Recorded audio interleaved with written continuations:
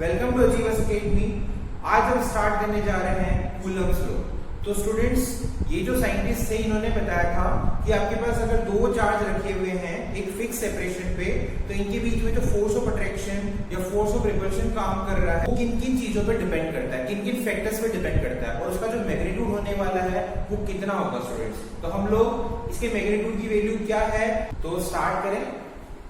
तो इन्होंने जो एक्सपेरिमेंटल सेटअप था इनका, इसमें इन्होंने दो चार्ज लिए स्टूडेंट्स Q1 और Q2।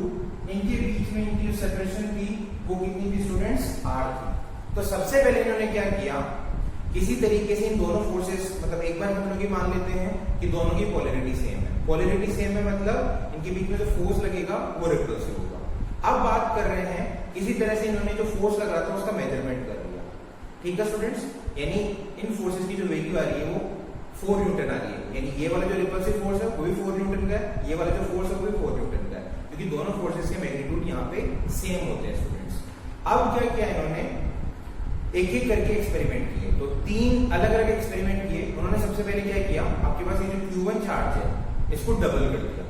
अगर इसको डबल कर दिया तो इन्होंने देखा कि ये जो फोर्सेस लग रहे हैं तो 4 न्यूटन से 8 न्यूटन हो गए स्टूडेंट्स, यानी जस्ट डबल हो गए। तो अगर एक चार्ज को आप डबल कर रहे हो तो जो फोर्स की वैल्यू है वो भी कितनी हो गई स्टूडेंट्स, डबल हो गई। तो यानी मैं सीधा सीधा कंक्लूजन निकाल सकता हूं कि जो फोर्स है वो किसके प्रोपोर्शनल है, चार्ज के मैग्नीट्यूड के। यानी ये बढ़ेगा, चार्ज अगर बढ़ेगा तो फोर्स भी बढ़ेगा स्टूडेंट। सिंपल सी बात है। यानी Q1 जो चार्ज है उसके डायरेक्टली प्रोपोर्शनल है कौन, फोर्स। ठीक है। सेकेंड एक्सपेरिमेंट इन्होंने जो किया है स्टूडेंट, उसमें क्या किया इन्होंने, फर्स्ट वाले चार्ज को सेम रखा, डिस्टेंस को भी सेम रखा, और जो सेकेंड वाला चार्ज है स्टूडेंट्स इसको इन्होंने डबल कर दिया। अगर सेकेंड वाले चार्ज को डबल कर रहे हैं तो अभी भी इनके पास वही सेम रिजल्ट आ रहा है। यानी जो फोर्स 4 न्यूटन लग रहा था अब वो फोर्स 8 न्यूटन हो गया स्टूडेंट्स। तो इसका मतलब भी यही है कि ये वाला जो फोर्स है, जो रिपल्सिव फोर्स है, यहाँ पे लग रहे हैं क्योंकि सेम पोलैरिटी के हमने चार्ज लिए हैं। तो उस कंडीशन में ये बोल सकते हैं कि जो फोर्स है वो सेकेंड चार्ज के मैग्नीट्यूड के प्रोपोर्शनल है। पहले वाले एक्सपेरिमेंट में ये क्लियर हो गया कि जो फोर्स है वो फर्स्ट वाले चार्ज के डायरेक्टली प्रोपोर्शनल है। सेकेंड वाले एक्सपेरिमेंट से ये क्लियर हो गया कि सेकेंड वाले चार्ज के मैग्नीट्यूड के भी प्रोपोर्शनल है। ठीक है। थर्ड एक्सपेरिमेंट इन्होंने क्या कहा, क्या किया कि दोनों चार्जेस के मैग्नीट्यूड सेम रहने दिए स्टूडेंट्स, मैग्नीट्यूड को कोई चेंज नहीं किया, लेकिन ये जो सेपरेशन इनके बीच में उसको क्या किया, डबल कर दिया। अब अगर डिस्टेंस डबल हुई तो यहाँ पे जो रिजल्ट आता है स्टूडेंट्स वो फोर्स इंक्रीज होने के बजाय क्या हो गया, डिक्रीज हो गया। मैंने डिस्टेंस को इंक्रीज किया है, जो फोर्स था वो डिक्रीज हो गया। यानी इन दोनों के बीच में कैसा रिलेशन है, इनवर्स रिलेशन।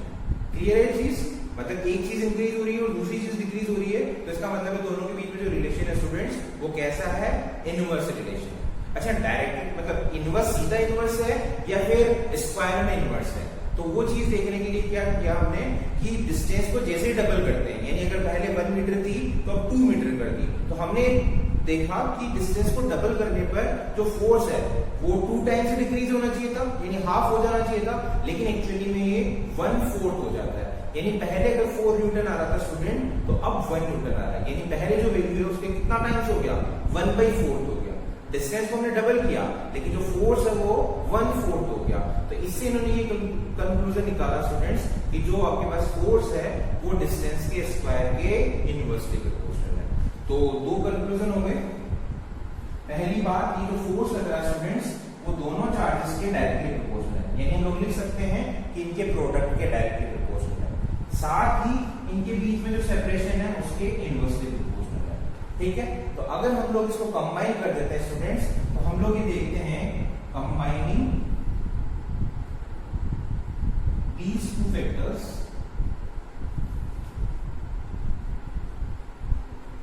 हम ये देखते हैं कि जो F है वो प्रोपोर्शनल है Q1 Q2 और R²। अच्छा स्टूडेंट, ये बताओ, रिपल्सिव फोर्स लग रहा है ना, तो इसको बाहर की तरफ बना दूं मैं, इन एरो को मैं बाहर की तरफ बना दूं, यानी ये वाला जो फर्स्ट चार्ज है इसको रिपल्सिव फोर्स कौन लगा रहा है, सेकेंड वाला चार्ज इधर लगा रहा है बाहर की तरफ, इसको पुश कर रहा है। इसी तरीके से सेकेंड वाले चार्ज के ऊपर फोर्स लगा रहा है, कौन लगा रहा है, फर्स्ट वाला चार्ज इधर लगा रहा है बाहर की तरफ पुश कर रहा है। अच्छा, इसका मैग्नीट्यूड अगर F है तो इसका मैग्नीट्यूड भी स्टूडेंट F ही होगा। अच्छा, इसमें हम लोग सब्सक्रिप्ट और लगा देते हैं। ये फोर्स किसके ऊपर लग रहा है, 1 के ऊपर, कौन लगा रहा है, 2 लगा रहा है, तो इसको लिखते हैं स्टूडेंट्स हम लोग F1। फोर्स ऑन 1,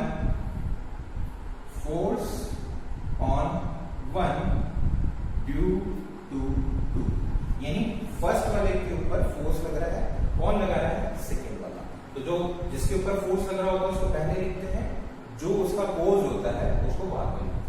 ठीक है, तो इसी तरह से स्टूडेंट्स हम लोग इसको F21 लिख सकते हैं, यानी फोर्स ऑन टू ट्यूब 1। तो सेकंड वाले में फोर्स लग रहा है, कौन लगा रहा है? फर्स्ट वाला।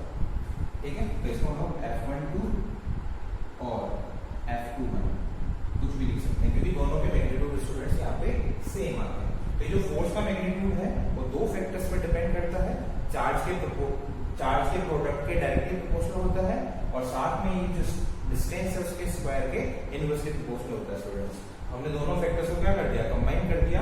तो हमें देखते हैं कि F is proportional to Q1 Q2 upon R²। तो स्टूडेंट्स जब प्रोपोर्शनलिटी साइन लगता है तो एक कांस्टेंट आता है, हमें पता है। तो यहाँ पे जो कांस्टेंट है स्टूडेंट्स, जिसको हम लोग K से डिनोट कर रहे हैं, तो K Q1 Q2 upon R²। ठीक है, तो ये फोर्स का मैग्नीट्यूड होगा स्टूडेंट्स। तो यहाँ पे जो रिपल्सिव फोर्स है उसका मैग्नीट्यूड हो गया K Q1 Q2 upon R²। अभी K की वैल्यू कितनी होती है वो हम लोग देख लेते हैं स्टूडेंट्स। एक बार मैं मिटा देता हूँ उसको। ठीक है, आप स्क्रीनशॉट ले लें, इसके बाद मिटा देता हूँ। जो वैल्यू होती है वो 9 × 10⁹ न्यूटन। तो स्टूडेंट्स यहाँ पे जो K है वो कितना है? 1/4πε0 है ना। इसकी वैल्यू है 9 × 10⁹ न्यूटन मीटर स्क्वायर पर कूलम स्क्वायर। अच्छा स्टूडेंट्स, ये एप्सिलॉन क्या होता है? इसको बोलते हैं परमिटिविटी। ठीक है, परमिटिविटी ऑफ फ्री स्पेस। तो ये मीडियम की प्रॉपर्टी होती है स्टूडेंट्स, तो किसी भी मीडियम के लिए डिफाइन होती है। ठीक है, इसको हम लोग क्या बोल रहे हैं? परमिटिविटी। तो अगर एयर की बात हो रही है या वैक्यूम की बात हो रही है तो इसको हम लोग बोलेंगे परमिटिविटी ऑफ फ्री स्पेस या फिर वैक्यूम। ठीक है, अच्छा ये जो सिंबल है वो क्या है? एप्सिलॉन। ठीक है, अब स्टूडेंट्स हम लोगों को परमिटिविटी समझना है। तो परमिटिविटी समझने के लिए क्या है, हम लोग एग्जांपल लेते हैं। एग्जांपल क्या है? हमारे पास एक क्लास है, इसके अंदर बहुत सारे स्टूडेंट बैठे हैं, इसमें टीचर भी बैठा हुआ। अच्छा मेरे को एक चीज बताओ, क्लास से आवाज आएगी या नहीं आएगी ये किसके ऊपर डिपेंड करता है? उस बैठे हुए टीचर पर डिपेंड करता है। यानी वो कितना परमिट करता है स्टूडेंट्स को कि वो हल्ला करे या फिर आपस में लड़े झगड़े। ठीक है, अगर टीचर क्या हुआ? लीनियंट है। लीनियंट है मतलब वो परमिशन दे पा रहा है ना, मतलब कोई दिक्कत नहीं, उसे कोई प्रॉब्लम नहीं है कि जो स्टूडेंट्स बैठे हुए हैं वो आपस में लड़ रहे हैं, झगड़ रहे हैं, उसको कोई प्रॉब्लम नहीं है, वो अपने काम में मस्त है। उस कंडीशन में क्या होगा स्टूडेंट्स कि लड़ाई झगड़े की प्रोबेबिलिटी बढ़ जाएगी, यानी आपस में जो लोग बाग लड़ रहे हैं, स्टूडेंट्स जो लड़ रहे हैं, यानी एक दूसरे पर फोर्स लगा है, उसका मैग्नीट्यूड क्या होगा? बढ़ेगा। कब? जब वो जो आपके पास टीचर है उसकी स्ट्रिक्टनेस बहुत कम है, वो लीनियंट है, यानी उसकी स्ट्रिक्टनेस क्या है? कम है, यानी उसकी परमिटिविटी क्या स्टूडेंट्स? कम है। तो अगर उसकी परमिटिविटी कम है तो जो फोर्स लग रहा है स्टूडेंट्स के बीच में उसकी वैल्यू बढ़ जाएगी। ठीक है, हम लोग परमिटिविटी को उसकी स्ट्रिक्टनेस से डिफाइन कर रहे हैं स्टूडेंट्स, यानी वो कितनी परमिशन दे रहा है। ठीक है, अब देखो सेकंड एग्जांपल, मतलब अगर आपके पास ये क्या है, जो टीचर है बहुत ही ज्यादा स्ट्रिक्ट है, बहुत ज्यादा स्ट्रिक्ट है, तो उस कंडीशन में कोई भी बच्चा आपस में नहीं लड़ेगा।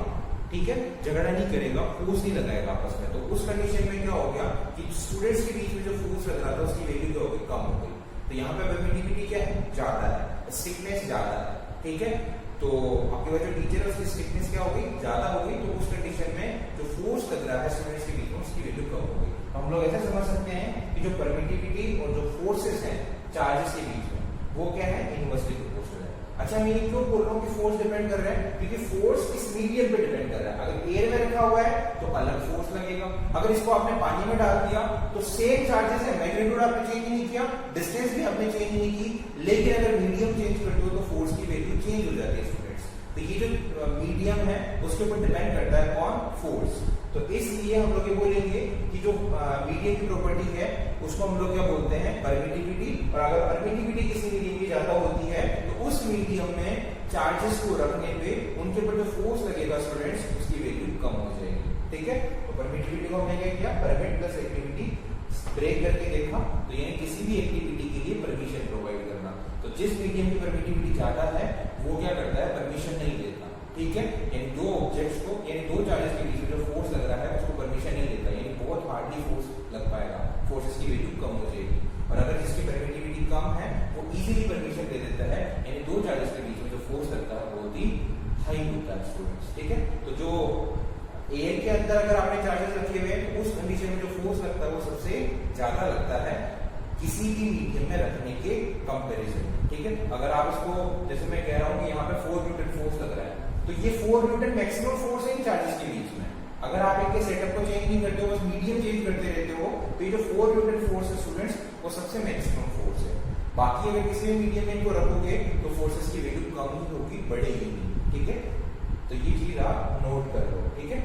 अच्छा, बात आती है ये जो परमिटिविटी है वो मीडियम की अलग होती है, अलग अलग मीडियम के लिए अलग अलग होती है स्टूडेंट्स। तो हम लोग क्या करते हैं, इसको ऐसे लिखते हैं, परमिटिविटी ऑफ मीडियम, ठीक है, is equal to epsilon not into epsilon not. तो ये स्टूडेंट्स हो गया हमारे पास मीडियम की परमिटिविटी, ठीक है, permittivity of medium, permittivity of medium, medium की परमिटिविटी स्टूडेंट्स, ठीक है। अच्छा, ये क्या है, परमिटिविटी ऑफ फ्री स्पेस, यानी एयर की परमिटिविटी ऑफ फ्री स्पेस। तो स्टूडेंट्स यहाँ पे एप्सिलॉन नॉट क्या आता है, इसको हम लोग बोलते हैं रिलेटिव परमिटिविटी, इसको हम लोग रिलेटिव परमिटिविटी। अच्छा, इससे क्या समझ रहे हैं आप, आपके पास एयर की कुछ परमिटिविटी स्टूडेंट्स हम लोग न्यूमेरिकल वैल्यू लेते हैं, जैसे 4 है ना, इसको हम लोग कंपेयर कर रहे हैं किसी मीडियम की परमिटिविटी से, और अगर हमारे पास एक दूसरा मीडियम की परमिटिविटी है 20, तो ये एयर की परमिटिविटी से कितना टाइम ज्यादा स्टूडेंट्स, 5 टाइम्स। अगर मेरे पास कोई वैल्यू है, जैसे एयर की जो परमिटिविटी है उसको मैं बेस वैल्यू ले लेता हूं, तो उसके कंपैरिजन में किसी मीडियम की परमिटिविटी कितने टाइम्स ज्यादा है, that is known as relative permittivity students, ठीक है। तो एप्सिलॉन नॉट से इसको डिनोट करते हैं, एप्सिलॉन नॉट क्या होगा, परमिटिविटी ऑफ फ्री स्पेस, और जो एप्सिलॉन है वो किसी भी मीडियम की परमिटिविटी है स्टूडेंट्स, ठीक है। तो यहां से एप्सिलॉन आपके पास एप्सिलॉन अपॉन एप्सिलॉन नॉट के इक्वल टू होगा स्टूडेंट्स। यानी अगर आप मीडियम की परमिटिविटी और फ्री स्पेस की परमिटिविटी को डिवाइड कर देते हो तो आपको रिलेटिव परमिटिविटी उस मीडियम की मिल जाती है, ठीक है, रिलेटिव परमिटिविटी ऑफ मीडियम, ठीक है स्टूडेंट्स। अच्छा, इसको डाइलेक्ट्रिक कांस्टेंट भी बोला जाता है, ठीक है, इसको हम लोग डाइलेक्ट्रिक कांस्टेंट भी बोलते हैं स्टूडेंट्स। इसको कैपिटल के से भी डिनोट करते हैं, कैपिटल के, ठीक है, या तो एप्सिलॉन आर लिख सकते हो या फिर कैपिटल के। अच्छा, यहाँ पे जो के यूज हुआ है वो स्मॉल के है, यहाँ पे जो के यूज हुआ है वो कैपिटल के। अच्छा, इसके अलावा मैंने ये चीज भी हमें मेरे को बतानी है, वो क्या है कि यहाँ पे हमने जो यूनिट लिखी है स्टूडेंट्स वो न्यूटन मीटर स्क्वायर और कूलम स्क्वायर। तो आप मुझे बताएं कि ये वाली जो यूनिट है वो कैसे आई है स्टूडेंट्स, ठीक है, आप मुझे बताएं। तो ये बड़ा सिंपल है, कुछ नहीं है, जैसे आपके पास फोर्स था उसकी वैल्यू कितनी है, के Q1 Q2 upon are square. मेरे को क्या चाहिए, के चाहिए, इसकी यूनिट चाहिए और कुछ भी नहीं चाहिए, तो हमने के को यहीं रखा, बाकी को दूसरी साइड ले गए, यानी आपके पास के की जो वैल्यू हो जाएगी स्टूडेंट्स वो कितनी हो जाएगी, F R square upon Q1, ठीक है, ये वैल्यू। अब आप क्या करना है, आपको बस यूनिट्स रखनी है स्टूडेंट्स, एफ की यूनिट रखो, Q1 Q2 की यूनिट्स रखो, आर स्क्वायर की यूनिट रखो। तो आपके पास एफ की यूनिट है न्यूटन, डिस्टेंस की मीटर स्क्वायर है ना, डिस्टेंस का स्क्वायर होगी मीटर स्क्वायर, Q1 की कूलम, फिर Q2 की भी कूलम, तो coulomb into coulomb, coulomb square. तो आपके पास फाइनल यूनिट बन के आती है स्टूडेंट्स न्यूटन मीटर स्क्वायर पर कूलम स्क्वायर। तो ये हमारे पास के की यूनिट होगी।